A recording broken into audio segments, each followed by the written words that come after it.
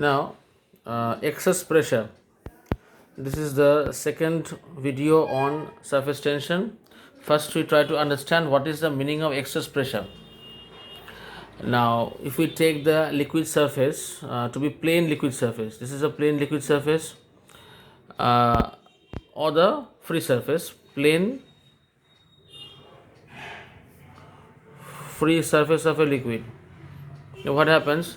A molecule lying on its surface is attracted by molecules equally in all directions. That means if you see from the top, we see the molecules being attracted equally from all directions.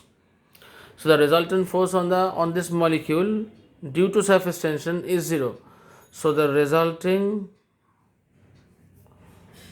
force due to surface tension is zero. Now, if we take the case to be a concave surface, now if this is a concave surface, the surface will try to contract itself, and this surface will be pulled till it becomes a planar shape, till it reaches a planar shape. So, the surface tension will act in the upward direction, the surface will try to contract itself. Again, if we take a convex shape, this surface will also try to contract itself, and it will try to contract till it reaches this stage, the planar shape. So the surface tension is acting downwards in this case. So obviously there must be a difference of pressure between the two sides of the curved surface of the liquid. Two surface means surface one, this is one, this is one, this is one. Two sides, if correctly said, it becomes two sides of a curved surface. For equilibrium of it, the difference of pressure, this difference of pressure is known as excess pressure. This difference of pressure is known as the excess pressure. That is, the excess pressure force which balance the resultant force due to surface tension. All kinds of disturbances. The excess pressure force will balance the resultant force due to the surface tension. The pressure on the concave side must be greater than the pressure on the convex side. Pressure on the concave side must be greater than the pressure on the convex side. Now, after we have learned what is known as the excess pressure, we will now calculate the excess pressure on the concave side of a spherical surface in case of a liquid drop, air bubble, and soap bubble. First one is a liquid drop, second one is air bubble, and third one is soap bubble. Now, what is the difference between these three? Now, whenever we take into consideration the concept of surface tension, we have to see how many interfaces are there. Interfaces means air, water, or water, air. Now, for a liquid drop, for a liquid drop, there is liquid inside and air outside. So there is one interface. If it is a air bubble inside the liquid, there is air inside and water outside. So here also there is one interface. But for a soap bubble, or rather a soap film, spherical soap film, inside it is air, this is water, again this is air outside. So there are two interfaces between water and air. One interface lies inside and one interface lies outside. So here there are how many interfaces? Two interfaces. So first we start with the excess pressure inside a liquid drop. Excess pressure inside a liquid drop. If we take this to be, or consider this to be, the liquid drop of radius r. What is the radius? Radius of the liquid drop is r. Surface tensions, you can write here, radius of drop equal to capital R. Surface tension is equal to capital T. Now, every molecule on this surface, they experience a resulting pull normally inwards due to surface tension, because the surface will try to contract itself. So as it tries to contract itself, every molecule on the surface, it will be pulled normally inwards. So the internal pressure of the drop becomes greater than the pressure outside it. So internal pressure to resist any change in its shape, internal pressure to resist in its shape has to be more than the external pressure. I repeat, the internal pressure of the drop becomes greater than the pressure outside it. The internal excess pressure of the liquid produces a force acting outwards which balances the force due to surface tension and maintains the equilibrium of the drop. The most important part of the sentence is the equilibrium of the drop. The internal excess pressure of the drop produces a force acting outwards. This internal pressure will try to expand itself. Now, this balances the force due to surface tension. Surface tension tries to decrease the surface area, hence the force is acting inwards. The excess pressure formed inside will try to make the liquid drop move outwards. The surface, the force is acting from inwards to outwards to balance that pressure. Hence, an equilibrium is reached. So, if we say the pressure here is P, now the radius of this spherical drop, suppose you can decrease it by delta r. Suppose you decrease it by delta r. The complete one was r delta r. Now P and the internal pressure will be suppose P minus small p. Sorry, plus P plus small p, because the internal pressure is more than the external pressure. Now the external pressure on the drop, I can write it, external pressure on drop equal to P. Internal pressure on drop, same, it is P plus small p. This P is the excess pressure. So here excess pressure equal to small p. Now suppose this internal excess pressure acting normally outwards increases the radius of the drop from r to r plus delta r. Increase the radius r from r to r plus delta r. So radius changes from r to delta r because of internal excess pressure.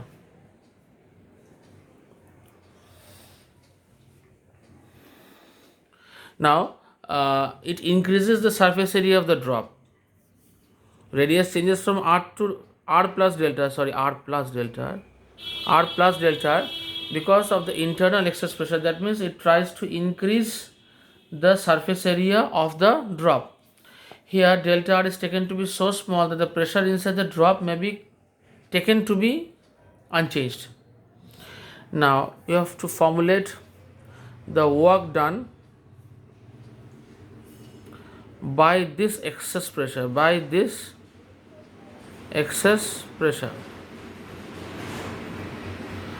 So we can write excess pressure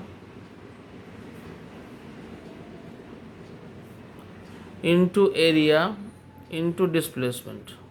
Now what is work? Work means force into displacement. What is force? Pressure into area. So excess pressure into area into displacement gives the work done. Now small p, excess pressure means small p, area is 4 pi r square and the displacement is delta r. So increase in surface area of liquid drop. Now increase in area means the change in area, that means 4 pi r plus delta r whole square minus 4 pi r square. That means we take 4 pi common, r square remains. So expanding this we get r square plus 2 r delta r plus delta r square minus r square. So r square gets cancelled. Here we take into consideration only one term because delta r itself is very small, so delta r square is very small. So we are neglecting this term. So it becomes 8 pi r delta r. Delta a means change. Now, therefore, increase in surface energy,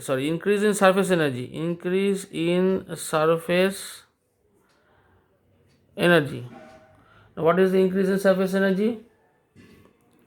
uh, increase sorry increase in what is this? Increase in surface energy, increase in surface area into display no into T, or surface tension, that is 8 pi r delta r into T. Surface tension, we have taken the value to be capital T.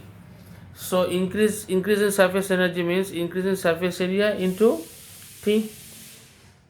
Now from this equation, these two terms, this 8 pi r delta r into T, increase in surface area, and this work done to increase the surface area must be same, because I have already stated the work done is stored as potential energy.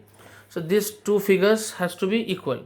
Now if we equate P into small p, 4 pi r square delta r is equal to 8 pi r delta r into T, everything eliminates, and we get the result as small p is equal to 2T by r. You can do it. P is small p, or the change in pressure, or rather the excess pressure, is equal to 2T by r. Now if this is 2T by r, so excess pressure inside an air bubble in a liquid will also be 2T by r, because there is also one interface, as I have already stated. So here I have written excess pressure inside an air bubble in a liquid is also equal to 2T by r. Now here we will study now the excess pressure inside a soap bubble. Here the soap bubble has how many interfaces? Two interfaces. So as it has got two interfaces, so the excess pressure small p will become 4T by r. Here it was 2T by r for one interface. For two interfaces we have to multiply this with 2, we get 4T by r. Now if a question comes in the examination, that is, you have to prove the excess pressure inside a soap bubble, you have to give the complete proof of the statement, similar to the case of excess pressure inside a liquid drop, as I have done in the previous page. Only thing that you have to change in that case is the portion of delta A. Remember, delta A was the increase in the surface area of the soap bubble. In that you have to multiply this with 2, that means 4 pi r plus delta r whole square minus 4 pi r square. This was the term, we have to multiply it with 2, and the rest remains the same, absolutely exactly the same. So the value comes out to be 4T by r. And while writing this, you will write the full proof and take it to be 4T by r. Now we start with capillary action, very important part. Capillary, you all know, is a very thin tube, very thin tube. In the laboratory, will find this type of capillary tubes. Now what does the word capillary mean? The capillary mean, the word originated from the word Latin word, that is capillus, Capillus. This was the Latin word from which the word capillary originally originated. Now what is the meaning of capillus? Capillus means hair on our head. Now why it was named capillus? Because to make you feel that it is a uniform, fine, small bore like a hair. Bore bore is known as the capillary tube. Why here? I repeat, a tube with a uniform, fine, small bore. This is a tube, we can write here, tube with a uniform, fine, small bore, means threaded inside, small bore.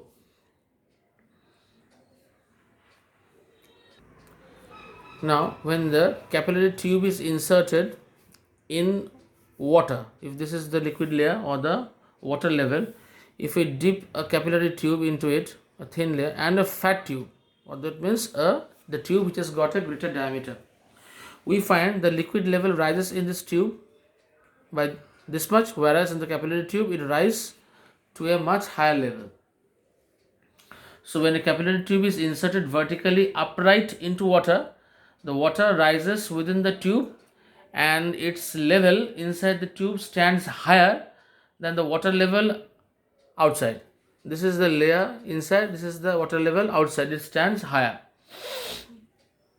The surface of the water inside the tube makes a concave shape. You have already seen that I have drawn a little bit concave form. Now this is water. We all know water wets glass. Whenever any liquid which wets the surface or the vessel in which it is kept, it wets that vessel, you will find the shape to be concave. But on the contrary, if we take mercury here and dip a capillary and a fat tube, here the liquid level will dip lesser and be convex in shape for the capillary tube and higher here for the fat one. So for mercury, this will not be existent, this will also not be existent. So the level will like this one, this one, this one. So these two lines don't exist. Liquids like water, alcohol, copper sulfate solution, they can wet glass. Water, alcohol, copper sulfate, they can wet glass. Now how can you understand wet glass? If you pour a glass of water into from a glass vessel, and after the glass has been emptied, you will find droplets of water clinging onto the surface of the glass. So there is a complete difference between these two. The first one is those which wet glass. This is one which does not wet glass. This example is mercury. Now one or two examples of capillarity you will find in practical. Blotting paper absorbs ink, a sponge absorbing water, oil rises through a wick. You all know the meaning of wick. In Bengali we tell it polte or solte. Underground water rises through the small pores of the soil and travel upwards so that the soil remains moist. Now the stem of a tree sends water from the moist soil to the leaves through capillary action. This is a very, very important example or a natural example that stems of tree sends water from moisture underground the soil, in the soil, to the leaves through this capillary action. The pores of sandy soil, they are quite large and hence water cannot rise up to a greater height through it. Therefore, the upper layer of the sandy soil remains dry. Now, angle of contact. Angle of contact. This is an extension of this theory, extension of this part. Now, those liquids which wet the liquid surface, I have already said that they have a concave appearance to the top layer. So if you draw a tangent comprising of one side the glass and one side the layer of water, this angle theta is known as the angle of contact. Now this theta is acute here, this theta is acute. So those liquids which wet glass, liquids which wet glass, they are acute angled contacts. But for liquids like mercury, they have a convex surface. So this is one surface and another, you draw a tangent onto the other surface of the liquid. Angle inside is theta, known as the angle of contact, but in this case it is an obtuse angle. It is an obtuse angle, that means liquids which do not wet glass. Liquids which do not wet glass. Now we start with the rise of liquid in a capillary tube. We have to derive an expression for the rise of liquid in a capillary tube. So we take a vessel with water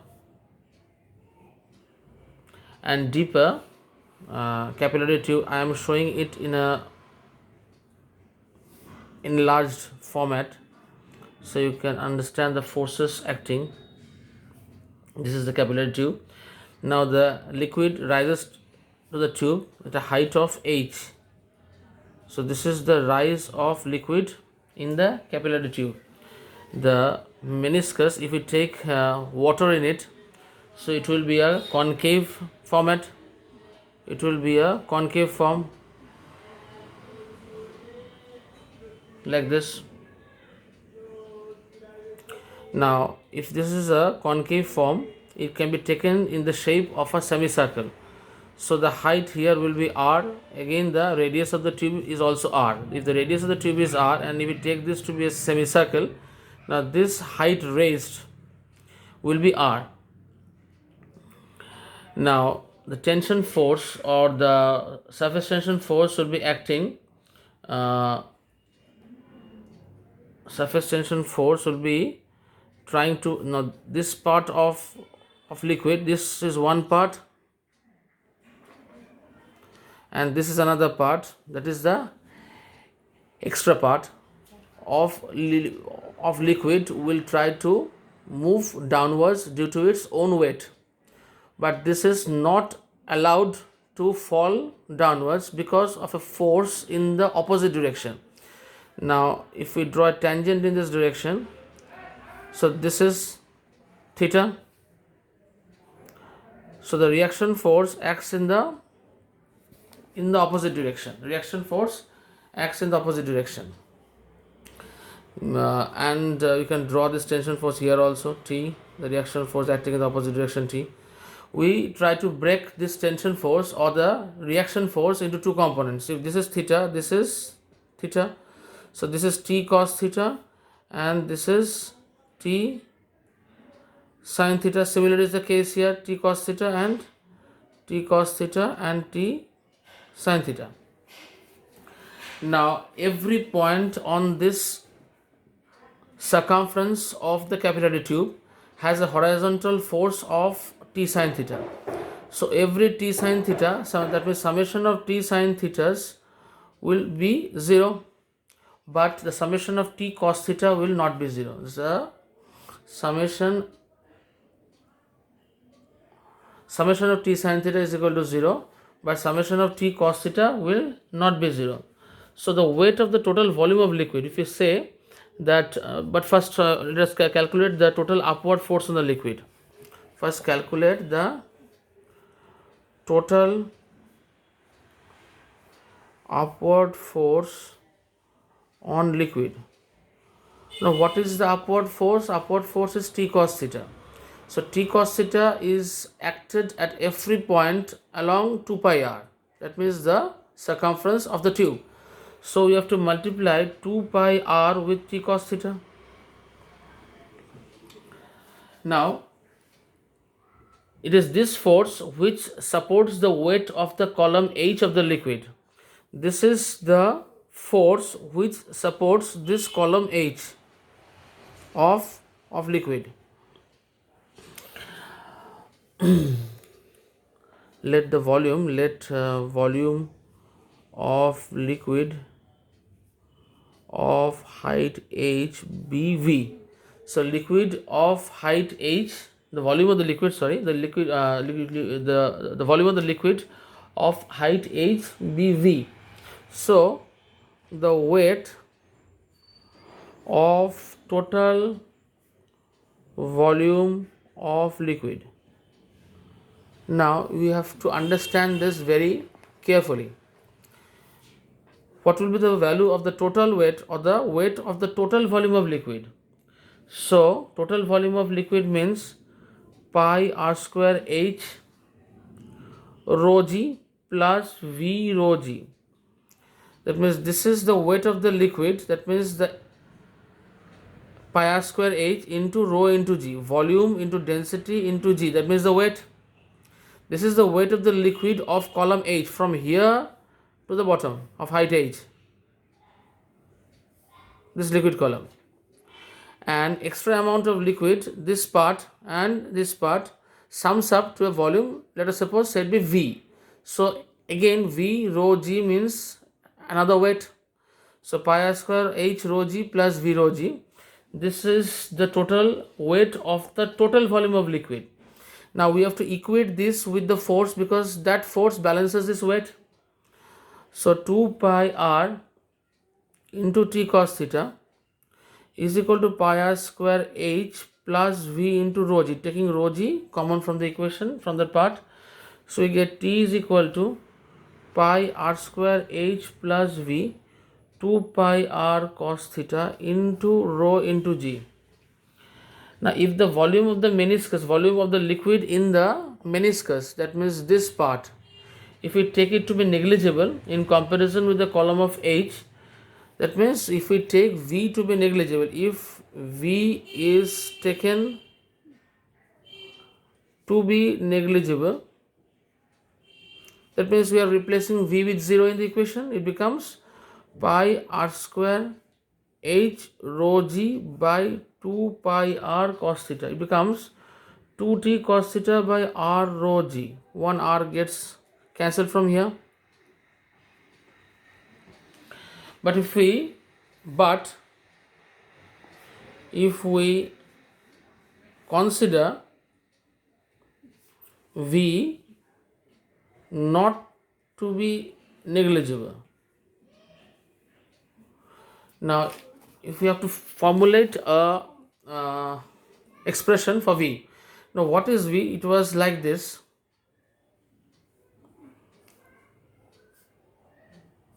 This was a part of liquid. I have said this to be radius r and also the height as r. So if we can subtract the volume of a cylinder from, volume of a semicircular, semi-hemispherical part from a cylindrical part. So cylindrical volume minus hemispherical volume, we get the volume of water, that is V, or the extra volume of water. You can write here extra volume of water. So cylindrical volume means pi r square h, and hemisphere is half of 4/3 pi r cube. So this becomes, when you calculate this, 8/3 pi r square. That means 1/3 pi r cube.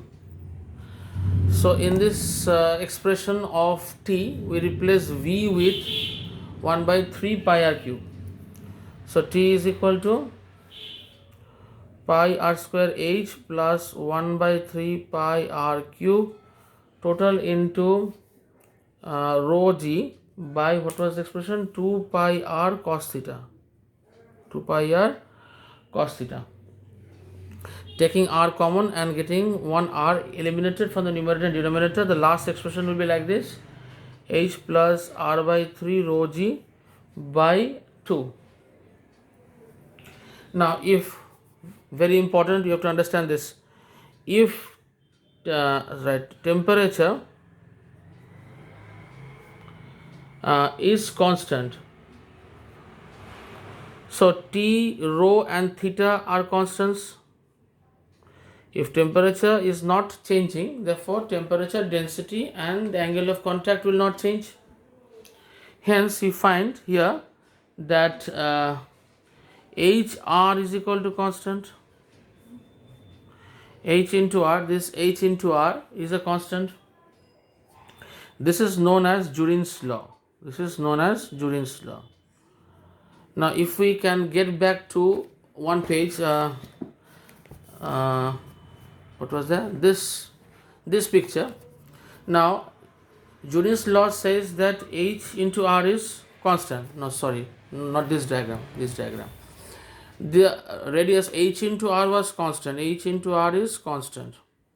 That means if the radius increases, height has to decrease, and if the radius is very small, height will increase. Now for a capillary tube, the radius is very small, so the height will be more, so this liquid level has risen so much. And for this fat tube, the radius is more, so height will be less, this one. Now this theory also fits into this part also.